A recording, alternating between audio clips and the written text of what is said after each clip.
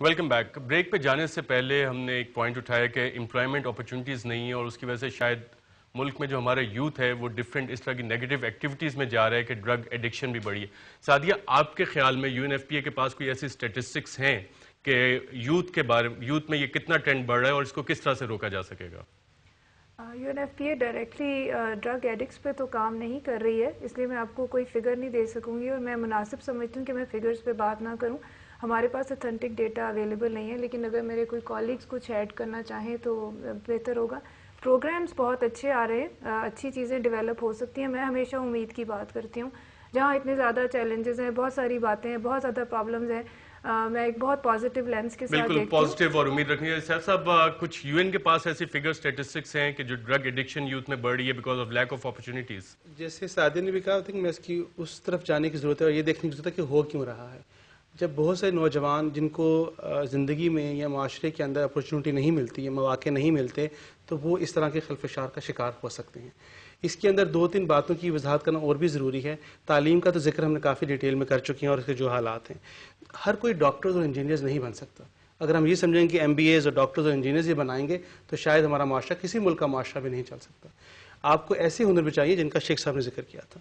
ان ہنر کے لیے آپ کے پاس ہنر دینے کے ادارے موجود نہیں ہیں. ہنر دینے کے ادارے ابھی ووکیشنل ٹریننگ سینٹر شاید نہیں بنے. شیخ صاحب، یہ جو ناامیدی پیدا ہوتی ہے لیک آف اپرچونیٹی سے اور ڈرگ ایڈکٹس بن رہے ہیں، میں اس پہ بھی بلیو نہیں کرتا کہ یہ صرف ایڈکٹس جو ہیں وہ لوگ ہوتے ہیں جو بڑے مسائل زدہ ہوتے ہیں. یہ فیشن زدہ بھی ہوتے ہیں، بعض صرف مسائل زدہ نہیں ہوتے.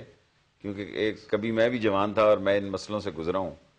تو موسٹلی لوگ میرے کالج لائف میں جو ایڈکٹ تھے وہ کوئی مسائل کی وجہ سے نہیں تھے. اگر اب زمانہ بدلا ہے تو ایک مارکیٹ بدلی ہے، ایک نئی فضا ہے. یہ ہمارے سارے معاشرے کا مسئلہ ہے کہ لائٹ نشے کی بجائے ہم ہارڈ نشے. جی، میرا نام محمد زین لائی اور انٹرنیشنل اسلامک یونیورسٹی کا اسٹوڈنٹ ہوں میں.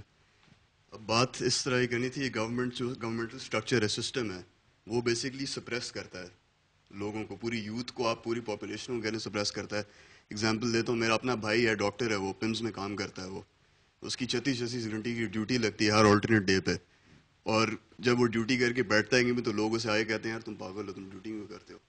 اس طرح کی باتیں لوگ کرتے ہیں، مطلب کہ انکریج اور اپریشیٹ کرنے کے بجائے آپ سپریس کرتے ہو. ایک سسٹم ہے آج کل انہوں نے نکالا ہوا کہ ایک لمبے عرصے کی ڈیوٹی کرتے ہیں. اور معاف کرنا، جب آدمی نے ڈاکٹر بننا ہونا اس وقت تو جس بچے سے پوچھو کیا بنے گا، ڈاکٹر بنوں گا، پائلٹ بنوں گا. جب بنتے ہیں پھر سوچتے ہیں کہ اینکر بن جائیں یا سی ایس ایس کا امتحان دے دیں یا کسی جگہ گاؤں میں پوسٹنگ ہو جائیں تو استعفیٰ دے دیتے ہیں. دیکھیں موسٹلی ڈاکٹر اپنے پروفیشن کے ساتھ نہیں کھڑے ہیں. 8 سال تک جس نے میڈیکل پڑھا ہے یہ اس کی اخلاقی ذمہ داری ہے. پڑھا 5 سال ہوتے وہ 8 ہی سال ہیں. یہ اس کی اخلاقی ذمہ داری ہے کہ قوم کے لیے اپنے آپ کو وقت دے اور قوم کے لیے بالکل وقت دے. انکریجمنٹ چاہیے، اپرچونیٹیز چاہیے، اور جو یوتھ کی ایک سونامی اگلے چند سال میں آنے والی ہے اس کے لیے ہمیں ابھی سے پلاننگ کرنی ہوگی.